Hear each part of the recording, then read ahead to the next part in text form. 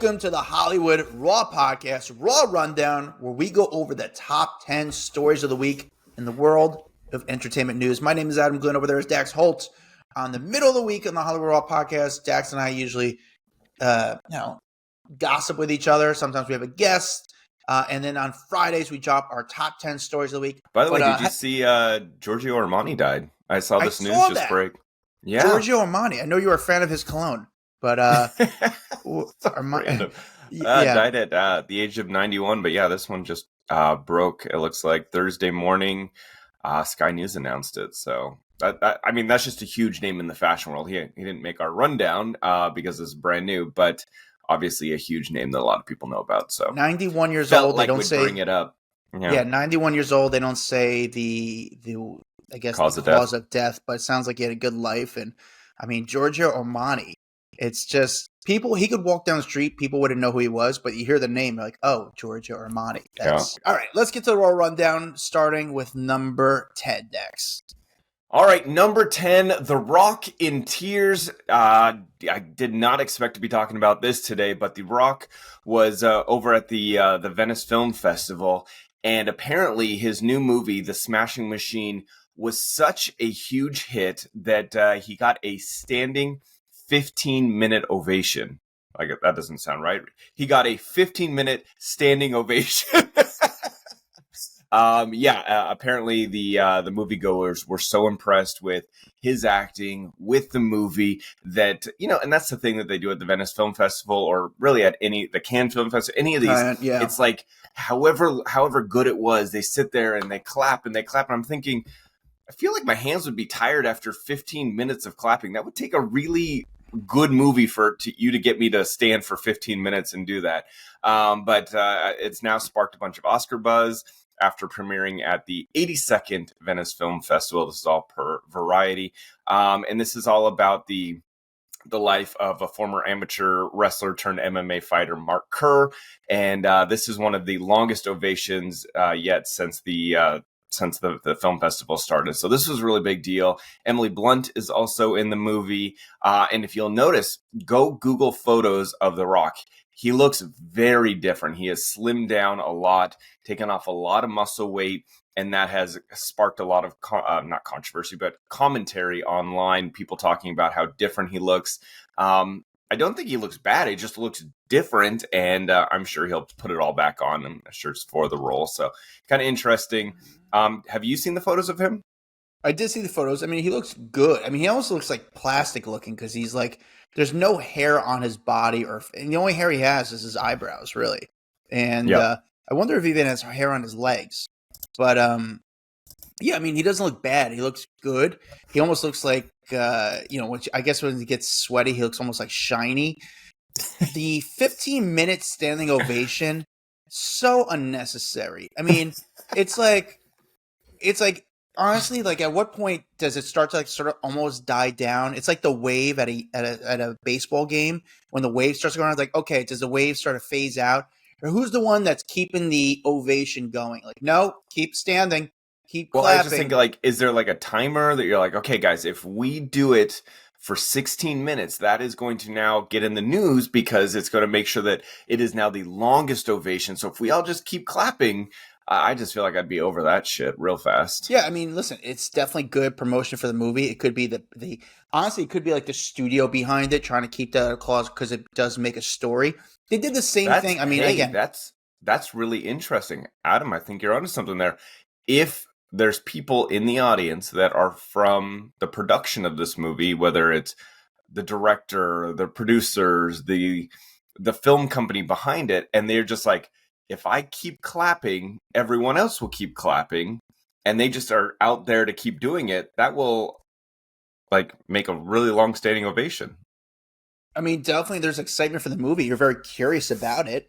Who knew that a UFC kind of MMA fighter movie could really get that sort of, I shouldn't say that, but when they were making this movie, because we saw a few photos of them when they were making this movie, we didn't really think that this movie was going to be sort of accepted by the world to get an ovation like that. I remember a few years ago when Brendan Fraser got the standing ovation for that long when he did The Whale. For The Whale. And I saw The Whale and I was like, he was fine in it. It wasn't like, the movie was just whatever. It was fine. It wasn't won bad. the best actor for it. I mean, I guess he was okay in it. It was one of those movies where you're going to watch once and that's it. Are you going to watch The Whale twice? Did you see it? No. I mean, that movie was I didn't tough. even see it once. Yeah, exactly. So again, we're trying to pick up the film industry. We're trying to get people to come to theaters. I don't know if this movie, to be honest, I don't know if this movie's going to go to theaters or right to a streamer. I don't know where it is as far as the selling of this movie. With that said, congrats to The Rock. Number 9. Yes. Chloë Grace Moretz. She is now a married woman. She married Kate Harrison over Labor Day weekend. I guess she was wearing a blue dress. This a bunch of comments came out and details came out on People magazine. But she's 28. Her model wife is 34. And it was apparently a very nice romantic little wedding. She confirmed a bunch of details to Vogue, saying a big part of the wedding is about sharing things that Kate and I love with everyone that is going to be there. So there's fishing, horseback riding, poker, and she walked down the aisle in a beautiful blue dress, apparently, and that was her something blue. I mean, I could get into a lot more details, but do we care about the wedding? I don't think we need to. No, That's I mean, listen, they got married. I think Chloe's got I haven't really seen her act in too many things lately. At least I don't see her name out there as much. With that said, that's probably good because it's good for her. She's an actress. I don't guess she doesn't play the Hollywood game as much. So she's what is her biggest acting role? Man, I'd have to look that up. She's done like some of those like Christmas-y movies. I mean, dude, she's done. I'm pretty sure Chloe's done some pretty big stuff. I mean, I'm like, I know she was in like struggling to remember what the hell was her big role. Well, I remember she did briefly. She did like Desperate Housewives and Amityville Horror, but I guess she did Kick-Ass. She was in Hugo, which was the Martin Scorsese film. She did Dark Shadows, which was Tim Burton. Yeah, Neighbors 2, which she was great in. She's done a lot of work, but she's an actress, and I respect that. She's sort of like, she kind of came out very quietly and kind of like, I'm just living my life, and yeah, she works. I mean, look at the movie she's done. She's also done a lot of voiceover work. It looks like she's got a movie coming out. Oh, what fun! I mean, she's done comedies, she's done dramas. She's worked with Scorsese. I mean, I think that says enough, but I think she'll continue to do well. That's it. Congrats, Chloe. Congrats, The Rock. Congrats, Chloe. Congrats, Hollywood. We're celebrating love and life. All right, number 8. Roger Waters from Pink Floyd pissing off the Osbourne family. Well, listen, it's Roger Waters pissing off anyone. It just seems like that's the stories these days, is him saying crazy shit that gets people upset. But now the person mad is Jack Osbourne, who is sticking up for his father, Ozzy. Basically, Roger Waters had said some stuff in a recent interview, and it really rubbed Jack the wrong way. So he went out and wrote on Instagram, "Hey Roger Waters, fuck you." And basically, Kelly then also tweeted and said, "How pathetic and out of touch you've become. The only way you seem to get attention these days is by vomiting out bullshit in the press." And then she said, my father always thought you were a cunt. Thanks for proving him right." It's funny. It's great. So basically what had happened was Roger Waters was doing some kind of interview or a podcast, and he said, Ozzy Osbourne, who just died, bless him in whatever state he was in with his whole life, we'll never know.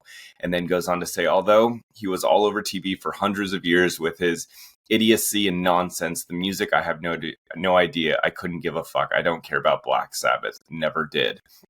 And it's just, and then he went on to say, I have no interest in biting the heads off chickens or whatever they do. I could care less. Dude, Roger Waters just seems like the grumpiest old fuck. He really does. Like, every time he opens his mouth, I'm just like, God damn, shut up, Roger.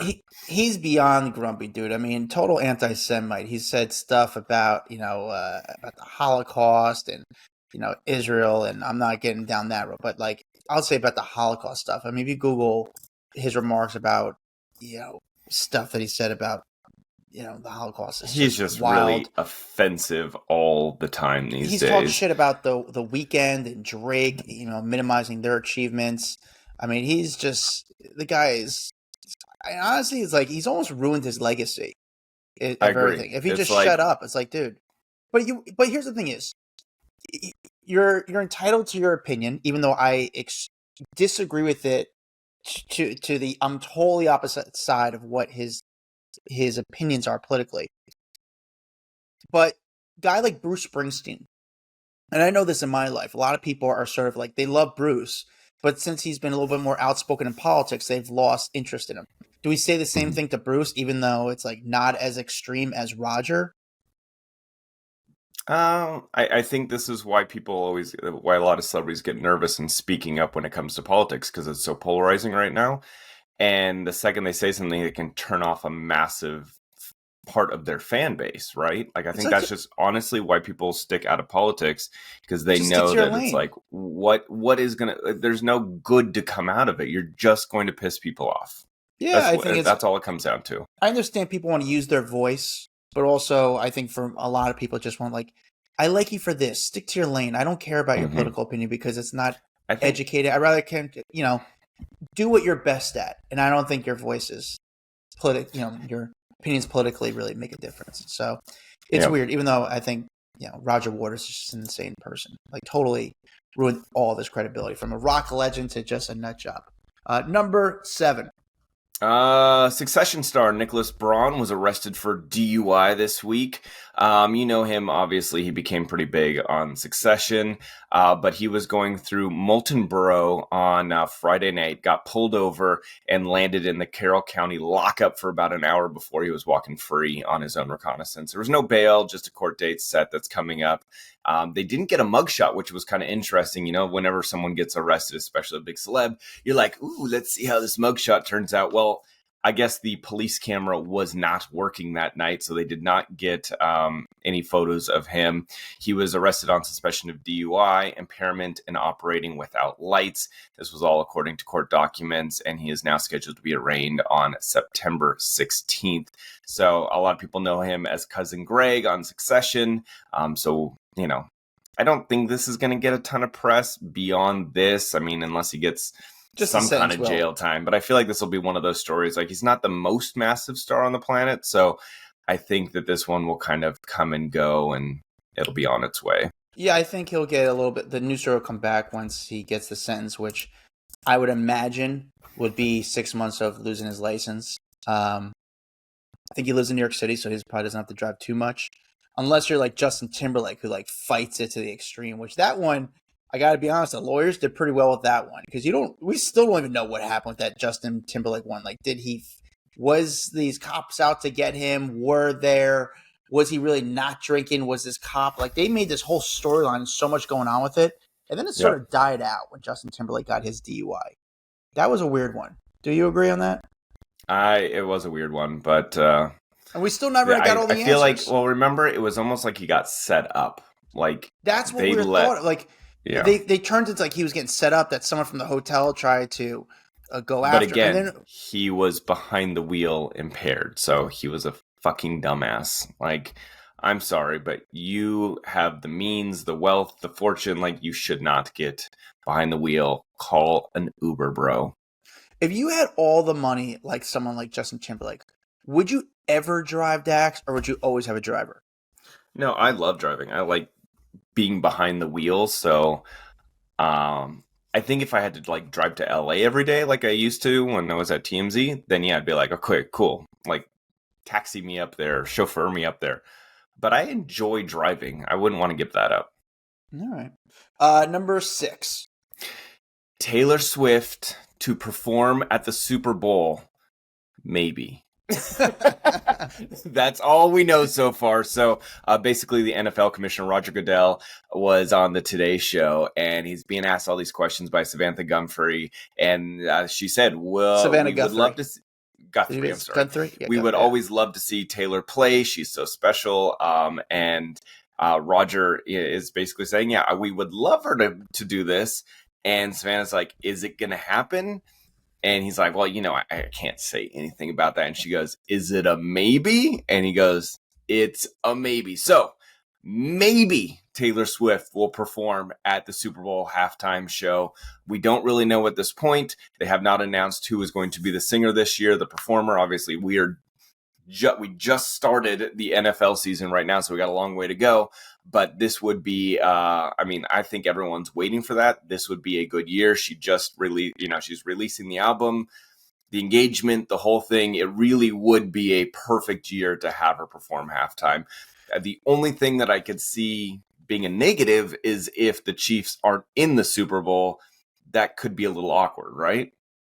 Yeah, but it's like I could see her, going down, watching the game, and then she leaves 10 minutes before the halftime, before halftime goes down, does it, and then watches the rest of the game. So, I mean, that's... Yeah, but I'm saying, what if the Chiefs don't make it this year? If they don't make it, it's going to be a little bit weird. And honestly, yeah, I don't know. Then it would be awkward. Like, I almost feel like she can't do it until after he retires, because there's a different level of pressure if he's still playing in the NFL and the Chiefs didn't make it for some reason. Yeah, it could be a little weird. I think it could throw a little bit more extra, like, you suck to Travis Kelce, even though it's a team sport and he has nothing really to do with it. He's just a player on a team.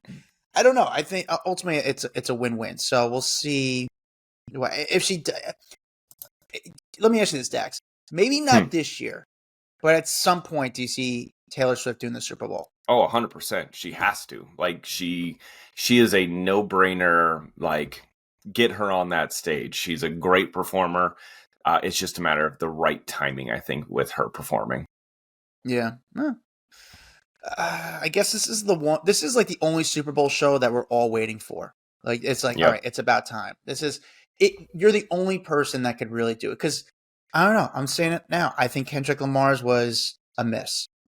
Oh, I loved his. Get out of here. I thought it was a miss. I was nervous about it. I was like, I didn't understand. Like, why did that? His songs, I have become such a massive Kendrick Lamar fan ever since the Super Bowl. I'm a fan. I just don't know if we were just ready. I think it could have been more of a collection of rappers to like a Lil Wayne and doing something a little bit more about New Orleans. Just my opinion. Nope. It was nothing. I loved it. It was great. Sticking by my word, Dax. Number 5. I'm a little sad. All of the amazing Cardi B court videos are done now. If you got to watch any of her in court over the last week, it has been such an amazing feat of entertainment with her on the stand. And it was all in this assault trial where it was back from 2018, where a security guard claimed that Cardi attacked her at a building. And Cardi said, I did not touch this woman. Well, Cardi hit the stand this week, and her testimony was hilarious. She was trying so hard not to call the woman fat. She basically called her security heavy, which I love.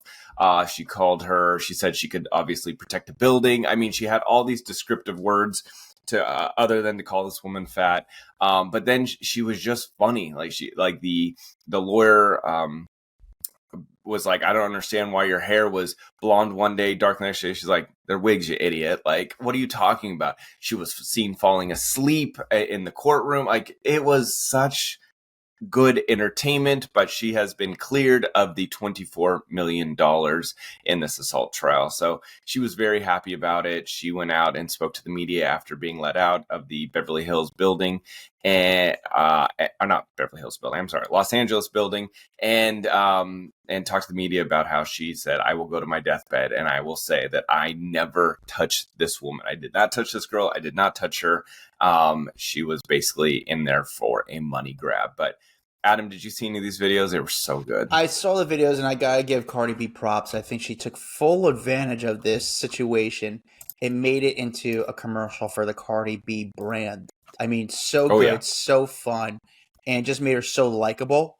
Except for the part where afterwards someone asked her about a question that she didn't like, and she kind of threw something at the person, a reporter outside the courtroom. But I think she understands it's a money grab, but I'm going to take advantage of the situation. So, yeah, I think it was a great commercial for the Cardi B brand.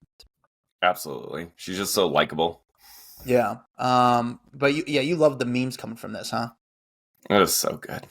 And she Yeah, made she even did some funny stuff on social media where she made like these album covers and they were all these screenshots of her in court. And she's like, please buy one of these for $10 each. I'm just a mother at home, a single mother. I need the money. And then she was out in the middle of the street hawking these CDs as cars were driving by. She was just funny. Yeah. Number 4. New couple alert. We got Zoë Kravitz and Harry Styles. There is more confirmation that these two are for sure dating. They were seen holding hands in Brooklyn, and people that were watching them walk down the street in this neighborhood was saying, oh, for sure these two are dating. There is no doubt about it. They've been keeping kind of a low key, but as they were walking through this Brooklyn neighborhood, everyone was saying, oh yeah. And there was basically a 3-minute PDA session where they were making out, and I think we can say yes, and for sure these two are together. Yeah, well, there's another story that says, oh, they're just friends with benefits. But, I mean, I think we don't talk about Zoë Kravitz enough. Now, she is someone, I think, that kind of flew under the radar for a little bit. I've actually never met her. I've never seen her in person. But somehow, she's like the celebrity whisperer. I don't know what she does or what kind of, she attracts a lot of celebrities. If you go through her resume of guys she's dated, Ben Foster, Ezra Miller, Penn Badgley, Chris Pine, Drake, Channing Tatum. She was married to Carl Glusman, but now she's with Harry Styles. There are some rumors about her having a little bit of chemistry with Austin Butler while they're filming Caught Stealing. I mean, she's a pro. She's done pretty well in Hollywood. Let's say that. She's super tight with Taylor Swift, and she's living the life. And it's so, but famous dad, like the whole thing. It's so funny. My buddy ran into her dad at a gym this week, Lenny Kravitz. My buddy ran into Lenny at a gym. I go, what was he? He goes, he wore super tight pants, but was like in insane shape, like running around the gym. I'm like, but he's like one of those guys who works out like at noon in the middle of the day. Where it's does Lenny Kravitz work out in his tight leather pants? Like, I feel like I always just see him in tight leather pants. So is that even his workout outfit too? Yeah, I asked him if it was like leather pants, and if you watch like a GQ video, they'll show like Lenny working out in leather pants, but he said he was just wearing like spandex type pants in the gym, it was just like weird pants, but nothing like rock star-ish. Not rock star-ish. No. Still never forget the time he was on stage and his leather pants ripped open and his wiener popped out. It's so good. It's hard to find that photo on the internet, but yeah, his wiener was it's crazy because like he kneeled down to like give a guitar solo to like a fan in the front. And when he squatted, someone like 4 feet away just has Lenny Kravitz's dick right in their face. I mean, so I'm sort of jealous because I'd be laughing so hard if that happened. And somehow photo, like someone took a photo at the right time. And but for like the pants to split right down the crotch, it was just everything popped out. It was so funny. My biggest takeaway from that, Dax, is something I always wondered. When you wear leather pants like that, do you wear underwear? And with Lenny, you don't wear underwear. You just leather pants. That just sounds so hot and sweaty. Oh, sounds gross. He's got a smelly wiener. But here's the thing, Dax. Zoë Kravitz, based on the people she's dated, do you feel like this is actual attraction or this is calculated moves? I don't know. I'll tell you my thought. I feel like she knows, like, hey, this could be like, yeah, they're cute, but also like they're not some waiter that's a cute bartender or something like that. Like, I know people will start talking about it, and so it's not like I'm strategically trying to plan with Harry Styles, but I think anybody at this point would try to date Harry Styles if they're a single female. Sydney Sweeney, which we'll get into her, but bro, yeah. I think you would date Harry Styles if he asked.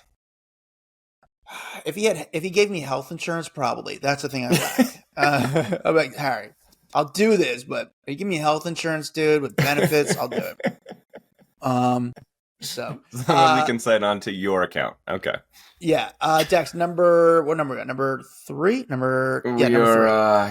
Number 3. American Eagle. The stock is soaring thanks to that Sydney Sweeney ad, the Good Genes ad that everyone either loved or hated and caused such controversy. They are up 25% now. And the earnings report came out on Wednesday. The CEO thanked a lot of the controversial Good Genes ad for boosting the brand awareness and profit. And he basically said this fall season is off to a positive start, fueled by product offerings and the success of that recent campaign with Sydney Sweeney, but also the campaign with Travis Kelce. And it seems like they say it, guys, all the time, like no publicity is bad publicity. And this would be the perfect case of that, because there was so much hatred towards that commercial, and it just fueled more success to American Eagle. So kind of crazy to hear him talking about that. And he's now saying he's going to be leaning into that even more. This is not going to be the end of the Good Gene campaign. And we've said it before, like, start throwing other people in there. You know, have Beyonce, Good Genes, have, I don't know, whoever else, like throw other people in there. And I think that that campaign can live on beyond just Sydney Sweeney.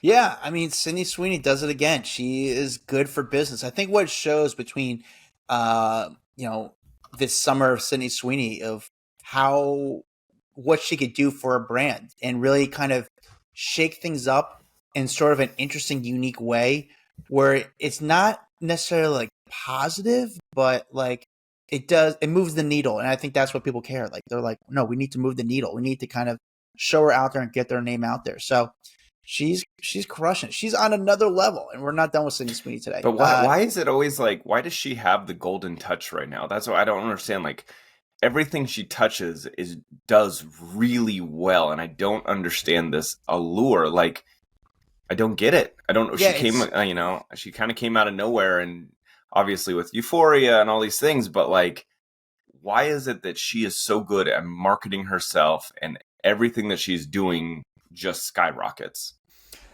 It's the hardest thing to explain, and I don't even know. I wish I could bring someone from her team on the show and explain to me the Sydney Sweeney effect. Like, explain to me, what is the Sydney Sweeney effect? What does she do for a brand? Why is she so good?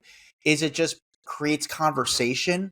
And it's not like she's like an Alex Earl. It's like, no, she creates conversation regarding a brand, a movie, a project. She delivers, and she's probably very expensive to get. I mean, I wonder, she must have charged American Eagle like an arm and a leg. I'm sure. Again, and the more success it got, now they probably want to continue having her back, putting her face all over the stores. Like they're doing the whole thing with her. I'm sure she's making just a ton of cash off of this. Number 2. Travis Kelce breaking the silence after the announcement of his engagement. He went on the New Heights podcast, his podcast with his brother, and just said, I really appreciate everyone that reached out and sent something, and all the posts and all the excitement that's been going on. He's like, it's been really fun telling everyone who I'm going to be spending the rest of my life with. It's been just really awesome. And then he talked about calling Taylor his fiance. He said it was he went to the game the other day, the Cincinnati Bearcats football game. That was kind of the first time him and Taylor had been out as an engaged couple. And he was like, it was really fun. It was my first time introducing Taylor as my fiance to all of my teammates, and adding, it was just really cool. I still get giddy. It's exciting at times. And also that he like is getting to tell people like, this is the person I'm going to spend the rest of my life with. You can tell the genuine excitement that Travis Kelce has. A lot of people are, trolling him for just being too mushy and stuff after being this big, tough football player. But I like it. I like that he's just real about the whole thing. Yeah, I mean, he's real, but he also knows, like, I'm sure he knows, like, the reality of the situation. Like, he's entered What is the royalty. reality of the situation to you? He's now part of royalty. Like, you don't have to introduce people. Oh, this is my fiance, Taylor Swift. We already know who she is. Like the world knows. So at the end of the day, it's like, you're almost like trolling us if you introduce people like, oh, this is my fiance, Taylor, because who meets, unless you're going to a nursing home, who on the street's like, oh, what's your name? Oh, and how do you guys know each other? Oh, we're engaged. Oh, okay. You almost look like the idiot if you ask that question. If you walk up and you don't do a formal introduction, is that weird? Like, I get that she is one of the most famous people on the planet, but if you're standing in a room and that person's never met Taylor and you're Travis, do you not say, oh, so-and-so, I'd like you to meet my fiance Taylor. Like, that's weird. I think, you know what? It's not weird. It just depends on the situation. Like, So I love. he wouldn't introduce as like, this is my fiance Taylor Swift. I think he would say this is my fiance or this is Taylor. He's got to introduce her. Yeah. It depends. Again, it depends on the situation and the energy in the room and whatnot. I do love when I meet a celebrity and I say, "Hey, how you doing, man? I'm Adam," and they're like, "Hey, I'm Seal." You know, I don't know. I'm just kidding. It's a.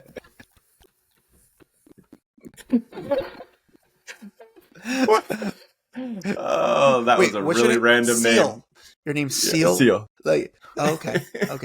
Okay. Yeah, I know. I know who you are. Okay. But then you have to, like, they can't, if they just said nice to meet you and put out their hand, that also seems weird. So they kind of have to.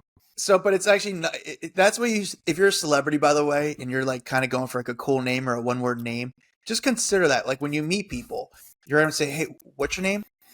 Madonna. Oh, hey, I'm Adam. What's your name? Madonna. Nice to meet you. Like it just goes by sort of random. All right. The number one story of the week, Dex. It's another Sydney Sweeney story, but Sydney Sweeney and Scooter Braun apparently are dating, and this has the entire world talking on social media. They spent the entire Labor Day weekend together amid this new romance. This was a Big People exclusive that happened this week, but they've been spending a lot more time together after being seen in Venice at the Bezos wedding.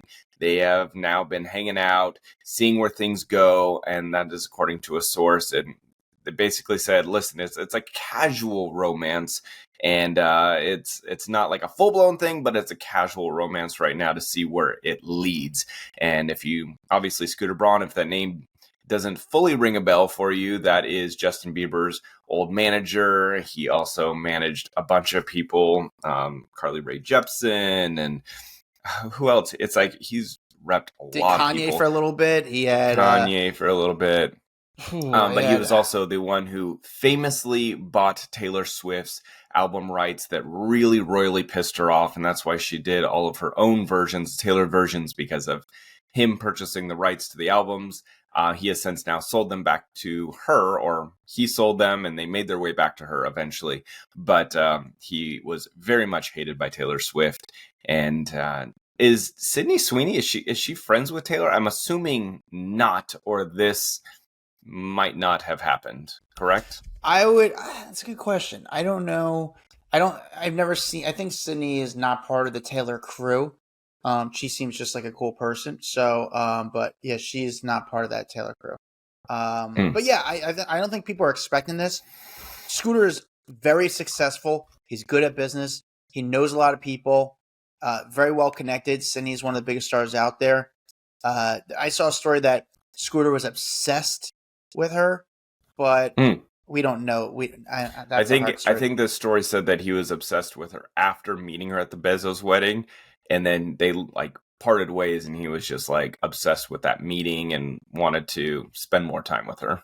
Yeah, I mean, listen, I was wrong, Dax. I actually thought that she was still going to be with the fiance, but also I understand that she almost outgrew the fiance a little bit too, because what it sounds like every story has been basically the same thing, that she is super focused on her career right now, so she doesn't want any distractions.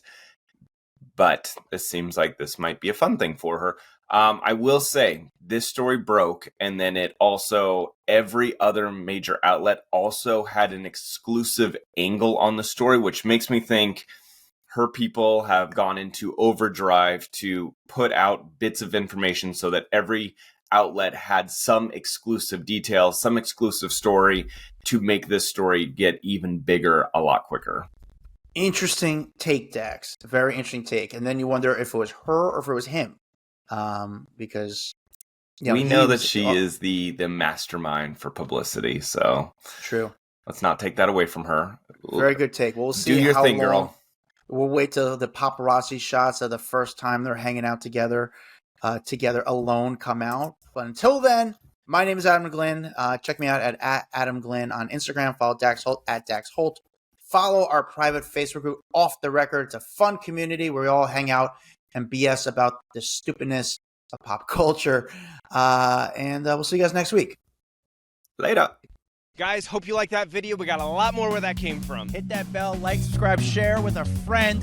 The best thing you do to support us is really doing that. And we really need the money because we need hair gel.